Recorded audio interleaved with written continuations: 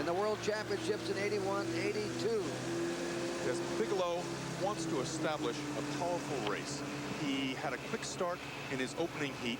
However, he had a bad rhythm, a certain tightness to his stroke throughout the body in his heat. Now what he wants to do is he wants to get comfortable, he wants to set a strong pace, he wants to build his confidence. Keep in mind, there's no attempt to peak during this repechage heat. He's not looking for a maximum performance. He wants to get himself comfortable in a powerful flow.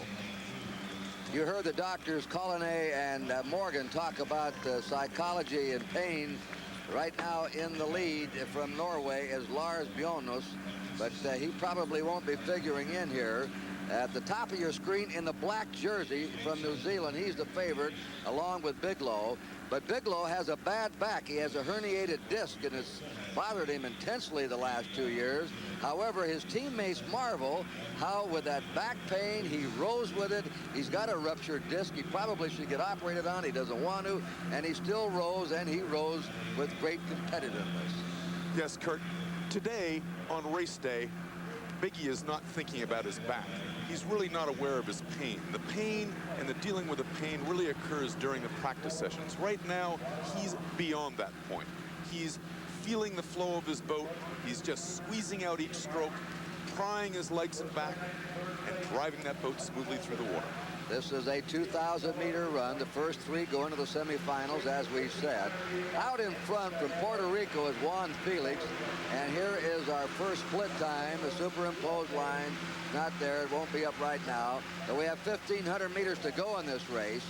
From Puerto Rico, Juan Felix would be like the designated rabbit in a world-class mile run to get out instead of fast pace. But the New Zealander is in front now. Gary Reid, he's an electrician, and the town that he lives in, Wakatani in New Zealand, had to raise money to send him to the World Championship.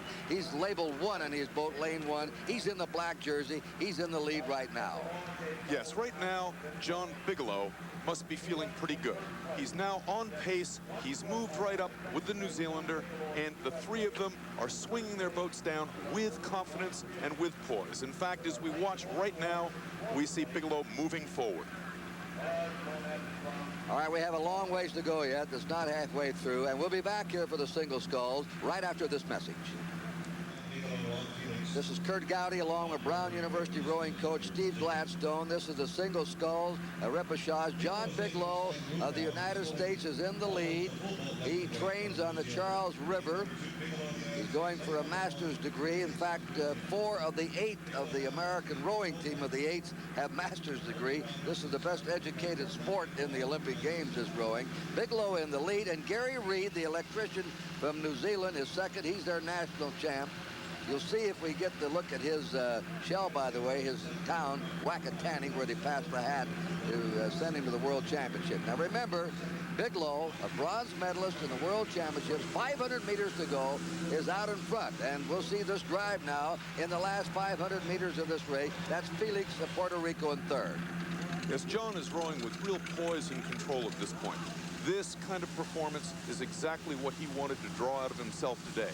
As I mentioned earlier, he wasn't looking to peak, but he was looking to get a good, strong row. And that's exactly what he's done. He's got good swing, which means good relaxation on the recovery. Look at the ease of that body on the recovery, particularly when you think that this man is rowing with a herniated disc. He's able to deal with that and keep that boat flowing. That's a real courageous effort. We talked about sports psychology, the two doctors. This man has great concentration. One time he concentrated so much he rode off the course in an international class race. John Bigelow is in the lead from Bellevue, Washington, near Seattle. 26 years old, a perfect sculler's body. He has 9% body fat, almost perfect, and 72% slow twitch fiber in the muscle. But he's going to have to, if he gets into the semifinals, and it appears he's a cinch, go against the greatest probably in the history of this sport, Harpinen of Finland and Peter Kolbe of West Germany. Bigelow coming down to the finish. The roar of the crowd encouraging him on.